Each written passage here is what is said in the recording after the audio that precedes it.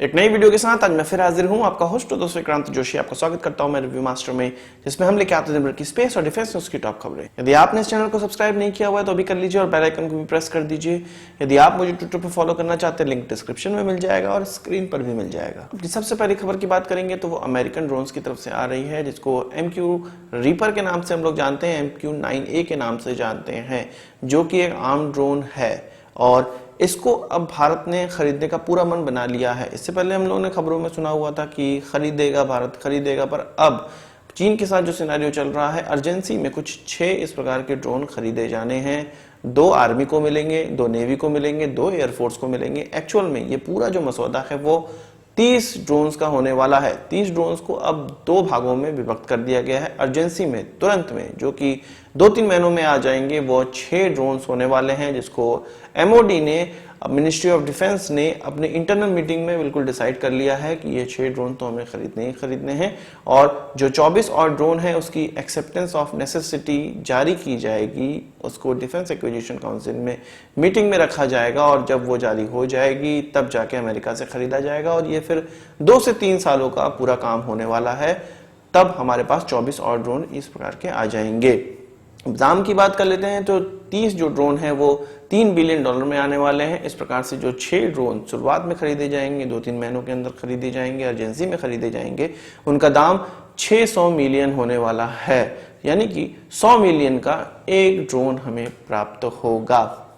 इससे पहले जो मसौदा था वो 2017 में यह था कि हम इसको नेवी को देंगे। इसके अनआर्म्ड ड्रोन्स की बात की जा रही थी, नेवी को दिया जाएगा, जो कि 30 से 35 घंटों का सर्वेलांस का पूरा समय प्राप्त कर सकेगा। इंडोरेंस इसका 30 से 35 घंटों का है, तो इतना देर तक हमें सर्वेलांस प्राप्त हो पाएगा, इंडियन नेवी को प्राप्त हो जाएगा। पर धीरे धीरे जिस प्रकार के सिनेरियो हम लोग को चाइनीज के साथ देखने को मिल रहे हैं, चाइनीज बॉर्डर में इस इंडोरेंस वाले ड्रोन्स की बहुत ज्यादा आवश्यकता है। इसलिए अब यह जो प्रोक्योरमेंट है इसको अर्जेंसी के अंतर्गत प्रोक्योर किया जा रहा है। हर चीज हम लोग अर्जेंसी में करते हैं, कोई भी चीज की हमारे पास तैयारी नहीं रहती है। इसी प्रकार से कार्बाइन के साथ भी हो रही है।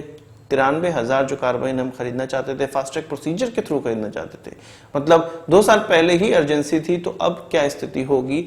अब तो एकदम ऐसी अर्जेंसी हो गई है कि तुरंत ये कार्बाइंस हमें प्राप्त करनी है। पर इससे पहले ही ये खबर निकल कर आ चुकी थी कि कराकल को जो हम कॉन्ट्रैक्ट दे रहे थे उसको नहीं देने का सोच लिया गया है। कराकल ने उसके बाद ये कहा था कि इसको भारत में ही, पूरी तरह से भारत में ही बनाया जाएगा। अभी इस पर कोई डिसीजन फिर से नहीं हो पाया है। 93,000 हम फास्ट ट्रैक प्रोसीजर के थ्रू खरीद रहे हैं और उस पर भी हम लोग कोई निर्णय नहीं ले पाए हैं। फास्ट ट्रैक प्रोसीजर होने के बावजूद 2 साल गुजर चुके हैं, अभी तक कोई निर्णय नहीं आया है। कार्बाइन की बिल्कुल शॉर्टेज है, चीन के साथ युद्ध के जैसे माहौल है, पर कोई इस पर निर्णय नहीं ले रहा है। ये जो प्लान है, भारत का जो प्लान है, उसमें 3.5 लाख कार्बाइन खरीदी जानी है, पर वो उन कंपनियों से खरीदी जानी है जो भारत की हैं। पर उसके जो 5वें भाग के बराबर जो कार्बाइन हम फास्ट ट्रैक प्रोसीजर के थ्रू खरीदना चाहते हैं, उस पर भी कोई निर्णय नहीं हो रहा है। चीन के साथ युद्ध के पूरे सिनेरियो बने हुए हैं। तो इस प्रकार से हम लोग अपनी तैयारी रखते हैं, जब प्यास लगती है तभी कुआं खोदने निकलते हैं। ये हमारे पूरे देश की इसी प्रकार की व्यवस्था चल रही है। वहीं एक अच्छी खबर की बात कर लेते हैं। DRDO के द्वारा एक laser guided anti tank guided missile का टेस्टिंग किया गया, ट्रायल किया गया और ये कहा जा रहा है कि अहमदाबाद में किया गया था। हालांकि ये आज ट्रायल नहीं किया गया, कल किया गया था, पर DRDO के द्वारा आज इस खबर को बताया गया।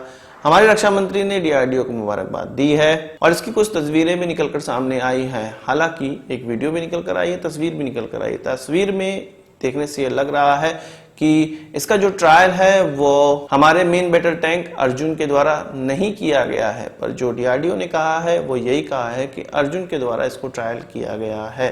पर जो फोटो में दिख रहा है वो टैंक EX या टैंक X दिख रहा है हमें, जो कि 2002 का ऐसा प्रोजेक्ट था जिसमें कि T-72 के चेचिस में हमें अर्जुन की सारी कैपेबिलिटी चाहिए थी। अर्जुन से हल्का होने वाला था, T-72 से भारी होने वाला था ये टैंक। तो ये माना जा रहा था कि ये प्राइवेट कंपनियां इसका निर्माण करेंगी, पर ये प्रोजेक्ट कभी भी कंप्लीट नहीं हो पाया। तो वही टेस्ट बेड हमको देखने को मिल रहा है, जिसको अर्जुन के नाम से जाना जा रहा है। हालांकि ये जो एम्यूनिशन या ये जो मिसाइल टेस्ट की गई है वो दूसरे टैंक में भी इस्तेमाल की जा सकती है। ये किसी भी टैंक के लिए टेक्नोलॉजी डेवलप की जा रही है, पर आगे जो ट्रायल होगा वो अर्जुन के द्वारा ही किया जाने वाला है। तो अर्जुन की काबिलियत रखने वाला एक ऐसा टैंक जो कि टेस्ट बेड की तरह इस्तेमाल किया जा रहा है, जिसको हम लोग पुराने समय में टैंक एक्स के नाम से जान रहे थे, वो भी अब हमको देखने को मिल रहा है। तो हो सकता है कि इस टैंक पर भी काम किया जा रहा हो। वही बात करते हैं राफेल की पहली वुमेन पायलट की। कुछ दिनों पहले मैंने आपको बताया था कि राफेल में को अपनी पहली वुमेन पायलट मिलने वाली है, और अब ये खबर निकल कर आ रही है कि वो वाराणसी से होने वाली है, जो कि वाराणसी वासियों के लिए बहुत ही खुशी की बात है। इनका नाम फ्लाइट लेफ्टिनेंट शिवांगी सिंह है, और इन्होंने 2017 में एयरफोर्स ज्वाइन की थी, कमीशन हुई थी, कमीशन ऑफिसर बनी थी, और उसके बाद MiG-21 बाइसन को उड़ा रही थी। ये राजस्थान बॉर्डर पे इनका डिप्लॉयमेंट था, और हमारे विंग कमांडर अभिनंदन के साथ इन्होंने प्लेन भी उड़ाया है। तो अब इनको अंबाला बेस बुला लिया गया है, और इनको कन्वर्जन ट्रेनिंग के थ्रू गुजरना पड़ेगा। कन्वर्जन ट्रेनिंग होगी, उसके बाद ये राफेल को उड़ाने वाली पहली महिला बन जाएंगी, जो कि इंडियन एयरफोर्स से बिलोंग करती होगी। वही बात करते हैं भारत चीन रिश्तों की। आपको पता है कि परसों चीन और भारत के कमांडर लेवल की मीटिंग होने वाली थी, जिसके बारे में कल मैंने आपको बताया था कि कोई निर्णय निकलकर सामने नहीं आया है, और कल रात में ही एक ज्वाइंट स्टेटमेंट जारी हुआ चीन और भारत के द्वारा, और इसमें कहा गया कि दोनों ही देश अब और ज्यादा ट्रूप बिल्डिंग नहीं करेंगे LAC के आसपास। मेरा सबसे पहला प्रश्न है कि क्या अब LAC में इतनी जगह बची हुई है कि ट्रूप बिल्डिंग की जाएगी? 50 से 60 हजार 70 हजार सैनिक वहां पे ट्रूप बिल्डिंग ऑलरेडी हो चुकी है, तो इससे ज्यादा क्या वहां पे ट्रूप बिल्डिंग की जाएगी? किसी न किसी के द्वारा हाइट कैप्चरिंग की जा चुकी है, भारत के द्वारा, चीन के द्वारा हाइट कैप्चरिंग की जा चुकी है, तो अब और कौन सी ट्रूप बिल्डिंग होगी? और क्या ये जो स्टेटमेंट में निकलकर सामने आया है, इस पर अमल किया जाएगा? इसमें यह भी कहा गया है कि पुराने समय में जो कंसेंसस बने थे उस पर विचार किया जाएगा, उसी से बॉर्डर का जो प्रॉब्लम है इसको दूर किया जाएगा। इसमें यह भी कहा गया है कि 7वीं मीटिंग भी होने वाली है।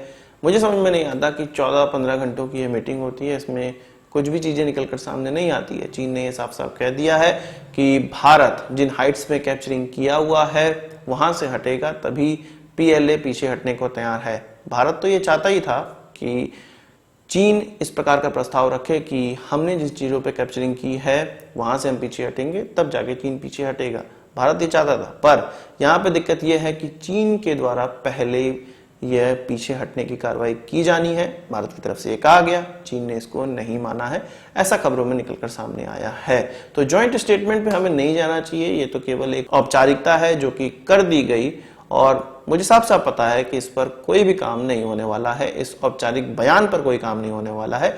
इसके अलावा जो भारत की कार्रवाई है वो भारत करेगा, और इस प्रकार से करेगा कि किसी को नहीं पता चलेगा, और जब ये हो जाएगी कार्रवाई तभी जाके सबको पता चलेगा और चीन हाथ मलते रह जाएगा। वही हम जानते हैं कि भारत और ऑस्ट्रेलिया के बीच में लॉजिस्टिक पैक्ट पे साइन हुआ था, जिससे कि रिपेयरिंग और रिप्लेसमेंट के लिए भारत और ऑस्ट्रेलिया एक दूसरे के बेसिस का इस्तेमाल कर सकते हैं, नेवल बेसिस का इस्तेमाल कर सकते हैं। तो अब दोनों ही नेवी के बीच में आज से शुरू हुई 2 दिन की पासेज एक्सरसाइज हो रही है, और ये इंडियन ओशन में परफॉर्म हो रही है।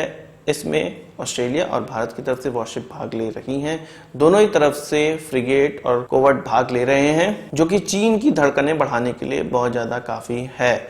इस प्रकार का जो कोऑपरेशन है वो लॉजिस्टिक पैक्ट के साइन होने के बाद जो देखने को मिल रहा है, उसे साफ साफ पता चलता है कि क्वाड, क्योंकि भारत ने अमेरिका के साथ भी अभी एक्सरसाइज कर ली है, जापान के साथ भी एक्सरसाइज कर ली है, अब ऑस्ट्रेलिया के साथ भी एक्सरसाइज कर ली, यानी कि क्वाड को पूरी तरह से तैयार किया जा रहा है चीन के विरोध में। आज के इस वीडियो के लिए बस इतना ही। आशा करता हूं कि वीडियो पसंद आया होगा, आपको एक बड़ा थम्स अप जरूर देंगे। इस वीडियो से कोई सवाल सुझाव हो कमेंट बॉक्स में जरूर बताइएगा, और यदि आपने हमारा चैनल तो सब्सक्राइब नहीं किया उसे भी कर लीजिए, क्योंकि हम इस प्रकार की वीडियो लाते रहते हैं। नमस्कार, थैंक यू, जय हिंद।